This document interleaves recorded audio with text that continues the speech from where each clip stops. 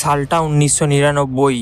মাত্র কয়েক মাস আগেই প্রধানমন্ত্রী অটল বিহারী বাজপেয়ী পাকিস্তানে গিয়ে লাহোরে শান্তি চুক্তি সই করে আসেন। এই চুক্তির মাত্র 2 মাস পর পাকিস্তান সেনাবাহিনী সিভিল ড্রেসে এলওসি পেরিয়ে ভারতে ঢুকে পড়ে। তারা ভারতের অভ্যন্তরে অবস্থিত কার্গিল ও দ্রাস সেক্টরের উঁচু পাহাড়ে ঘাঁটি গাড়ে। উদ্দেশ্য শ্রীনগর থেকে লে যাওয়ার ন্যাশনাল হাইওয়েকে কাট করা।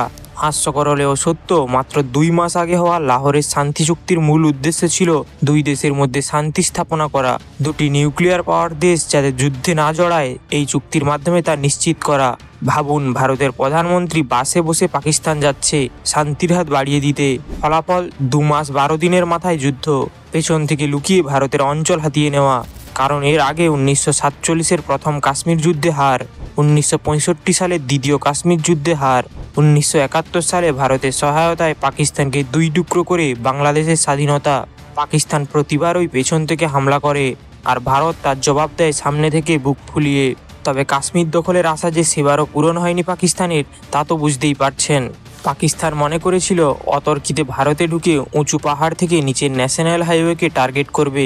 এতে শ্রীনগর থেকে লে যাওয়ার রাস্তা বন্ধ হয়ে যাবে এবং সেই ফাঁকে তারা পুরো লে লাদাখ দখল করে ফেলবে। বলতে হবে, পাকিস্তানের প্ল্যান তো একদম কড়া ছিল, কিন্তু সামনে ছিল ভারতীয় সেনাবাহিনী। প্রথম দিকে ভারতের জন্যও এই যুদ্ধ খুব চ্যালেঞ্জিং ছিল, কারণ শত্রু 1000 ফুট ওপরে পাহাড়ের মাথায় বসেছিল। নিচ থেকে বোঝা মুশকিল শত্রু আসলে কোথায় এবং কত সংখ্যায়। পাহাড়ের ওপরে বসে থাকা শত্রু তো দেখতে পারছিল নিচে থেকে কারা আসছে, কতজন আসছে, কিন্তু নিচ থেকে ওপরের কিছুই বোঝা যায় না। এতটা প্রতিকূলতার পরেও বিশেষ কোনো আধুনিক অস্ত্র সরঞ্জাম ছাড়াই ভারতের বীর সৈন্যরা একে একে সমস্ত পাকিস্তানিদের খতম করে 1 ইঞ্চি জায়গা পুনরুদ্ধার করে।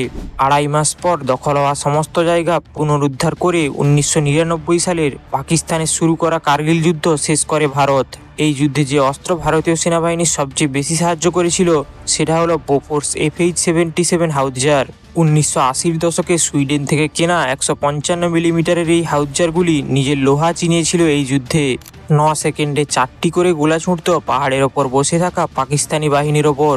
টাইগার হিলের উঁচু পাহাড়ে যখন ভারতীয় সেনাবাহিনী চড়াই করছিল, তখন পাকিস্তানি সেনাদের অন্যদিকে ব্যস্ত রাখতে হেভি সেলিং করে পুরো পাহাড় কাঁপিয়ে দিয়েছিল বোফোর্স। সুইডেন থেকে কেনা 410টি হাউটজারের মধ্যে এখনও 200টি সার্ভিসে রয়েছে। তবে বর্তমানে ধনুষ ও ATAGS এর মতো আধুনিক ও শক্তিশালী আর্টিলারি সিস্টেম সার্ভিসে আনছে ভারত, যা বর্তমানে দেশেই ডিজাইন ও তৈরি হচ্ছে। ভারত আত্মনির্ভরতার পথে ধীরে ধীরে এগিয়ে যাচ্ছে।